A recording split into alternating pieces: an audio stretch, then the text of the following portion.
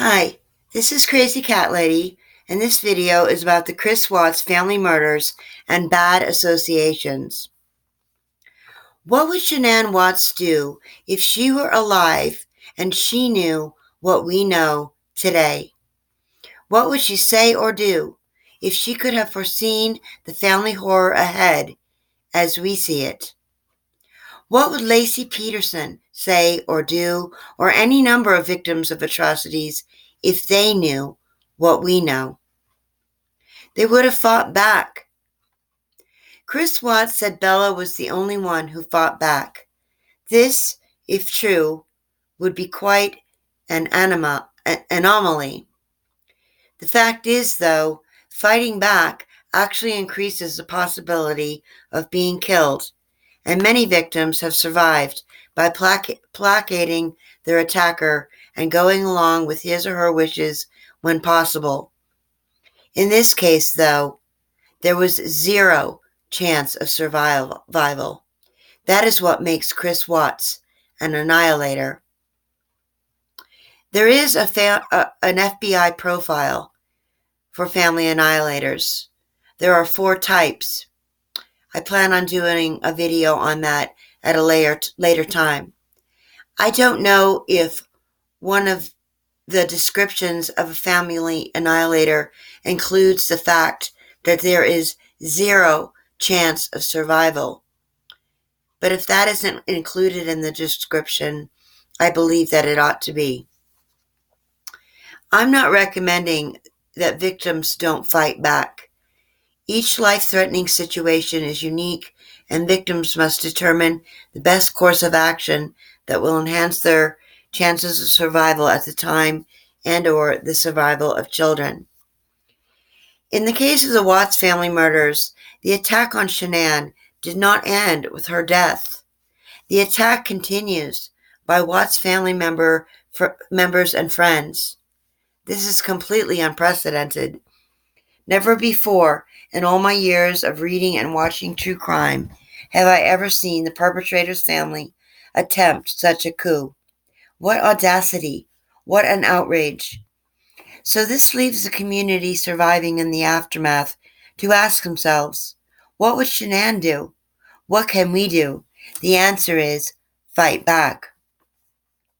First of all, why is the Watts family doing this? For one reason that I can see, for the sake of Chris Watts' sister Jamie. I once heard a podcast about what a good friend Jamie's friend Mel is. Mel made this specific statement regarding Jamie. I am going to help her get her power back. Now, Jamie is a very pretty girl, and presumably once very popular, too. But this is not a popularity contest. Pretty people do not get a pass from dealing with ugly realities like ordinary people do. It was rumored after Lacey Peterson's murder that Hugh Hefner asked Amber Fry to pose for Playboy magazine. How obscene! And there is an obscene element to this. An infamous YouTuber, who will remain unnamed, made this obscene comment publicly on YouTube. I can just see Shannan in her grave with her tongue sticking out and her butt sticking up in the air. Utterly obscene. Obscenity is not free and protected speech, and people who use YouTube to promote obscenity can and will be reported. Outrage is understandable, but when we resort to obscenity, we are losing the argument. Getting back to Jamie, pretty, popular, golden child Jamie and her friend Mel. This is not about Jamie. You don't have to be a professional psychologist to see how narcissistic that is. And what does power have to do with it anyway? Healthy relationships are based on equity, not power. Healthy people disassociate themselves from people who use and abuse power to dominate, instill fear, manipulate and control others, particularly family scapegoats. Power is also used for revenge, but legitimately only by the judicial system to punish perpetrators. The concept of a scapegoat is absurd. It is an ancient religious concept that by putting all the sins of the community on the head of the scapegoat and driving the goat into the wilderness, the surviving community will be, quote unquote, cleansed of sin. Really? So are we all to believe that blaming Shannan will cleanse the community and we can all return to business as usual? The fact is, this is a catastrophe, a man-made disaster that rates right up there on the scale of wildfires, tornadoes, floods, etc. It is called the disaster economy, not global warming, the disaster economy. It's that awkward moment when a tornado blows through your village and you realize that everything you have worked so hard for in life can be gone in an instant. So spare us the phony baloney that Shannan could have done something to prevent this. This is a man-made catastrophe, and the big question no one is asking is, why did Chris Watts think he could get away with this? I have good sources on disaster economics, and I will incorporate those sources into my videos at a later time, since disaster economics will be a continuing thread in my videos, as will be bad associations. Moving on, going public is apparently how the Watts believe they can manipulate the public to vote for Jamie. Mel is Jamie's campaign manager. She is doing what politicians do. This is terribly inappropriate. What Jamie is probably most afraid of is that people will disassociate from her if and when they learn that she is the sister of an infamous family annihilator. Nicole Kessinger faces the same challenges. She inevitably faces disassociation. Again, pretty people do not get a pass from dealing with ugly realities. People disassociate from friends on a mundane level all the time, but still it is a painful fact most of us have to deal with. High school friends disassociate when they move on to college. Friends will, quote unquote, unfriend each other over religion and or politics. Your husband smokes cigars and the neighbor doesn't want her kids in your house anymore. The list is endless. Then there are people who have been through major trauma, such as this, and they choose to disassociate themselves from everyone, either temporarily or permanently, and go into seclusion. These people are welcome at this channel, and perhaps seclusion is what the Watts really ought to be choosing for themselves. I read a lot of Ann Rule true crime books. I've probably read all of her books, and I read her book, The Green River Killer. Gary Ridgway, the Green River Killer, was a serial killer in the state of Washington who put on a facade of being an ordinary, happily married man. His wife was like window curtains, so that looking from the outside in, everything appeared to be normal. Unbeknownst to his wife, he was raping and murdering prostitutes, then having sex with their dead bodies. He also took back the money he paid them. So, according to one law enforcement officer, it was rape, robbery, murder, and necrophilia. The point is, in the book, Ann Rule states that once his wife found out she was married to a serial killer, she went into seclusion. No one can blame her for this. And I'd like to interject that due to my own family tragedy, I am also living in seclusion.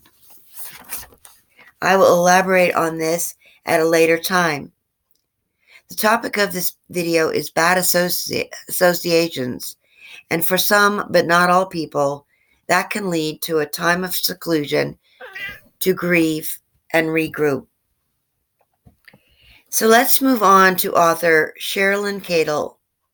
While I was doing research on this case, I stumbled across the phrase idiot compassion. The words speak for themselves, and we are all guilty of idiot compassion at some point in our lives. So I don't mean to apply the phrase to Cadle alone. That would be very cruel. Idiot compassion is how people get scammed. For example, the GoFundMe campaigns where a person falsely claims they have cancer in order to solicit funds. They exploit people's natural compassion, but afterwards, the people who were scammed end up feeling like idiots. Idiot compassion is when we allow ourselves to be manipulated and we say and do things that, in retrospect, ultimately make us feel like an ass. So I have to say that Cadle has engaged in idiot compassion, and now she is paying a very painful price by realizing that, in some sense, she was manipulated and scammed. Many of her associates have turned on her, betrayed her, outed her, called her out, criticized her, etc., as they will ultimately do to most, if not all, of their so-called friends, as we are plainly witnessing on YouTube. The Watts camp, as they define themselves, are in fact a dangerous group of people, and disassociation from them is inevitable.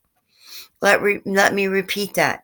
Disassociation from them is inevitable, and they are trying to avoid the inevitable. Unfortunately, the days of Jamie's popularity by prettiness are over. What is lost cannot be regained. Chris Watts cannot undo what he has done. For some people, it's easiest to forgive, and that may be true, but forgiveness does not mean we must continue association. Lastly, on the topic of Cadle, I want to offer some mitigating information on self-publishing. I heard her mention that she used Amazon's CreateSpace, although I never heard how that was used in conjunction with Dorrance Publishing. Amazon's CreateSpace is an amateur self-publishing tool. I myself have used it. It is also a very difficult and costly tool. It must be used in conjunction with complicated word processing tools such as Microsoft Publisher. Although it can be used with just Microsoft Word. It depends how fancy you want the book to be. There are more expensive programs that are easier to manage, I heard, called Adobe InDesign. I myself have used CreateSpace 10 years ago. When Cadle says it costs her about $10,000 to publish, I believe her because that is what it costs me at a minimum. And the marketing itself would be extremely costly. The criticism of the book is in fact warranted, but that should be mitigated by the fact that it is an amateur forum written by an amateur author, and it is difficult to upload book material from a word processor to online publishers. Formats get scrambled, fonts get changed, page numbers are left out, typos are made, periods are missing, quotations are missing. These are the difficulties in the uploading process.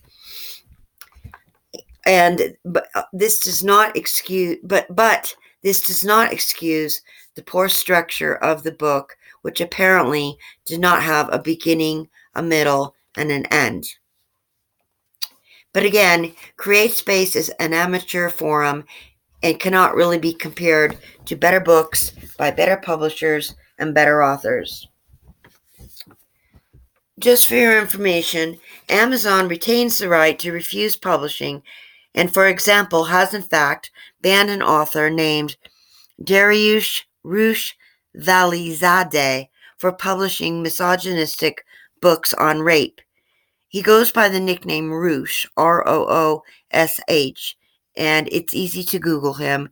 He has a men's rights, misogynistic forum called Return of Kings, and you can Google him for any additional information. This concludes my video on bad associations with regards to the Watts case. There are topics I want to elaborate on in future segments, but I want to mention up front that if any other YouTube creator takes an interest in these topics I'm going to list, please feel free to create your own videos on the topics. I'd be happy to hear them. So anyhow, these are the videos I would like to do research on and produce.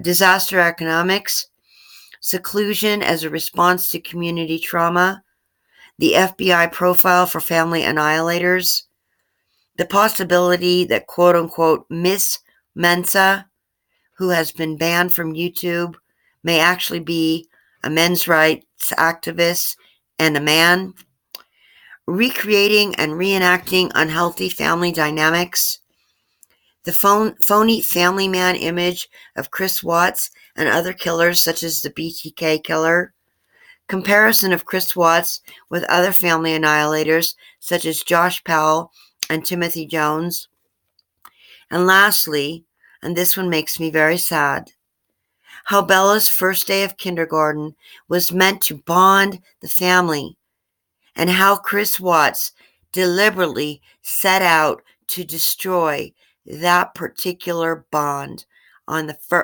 his child's first day of kindergarten. So I'll also create videos on the love the cats bring into my life, because that's healing and therapeutic for me. So this is the Crazy Cat Lady. Thanks for listening. Please leave your comments, like, and subscribe. Thank you.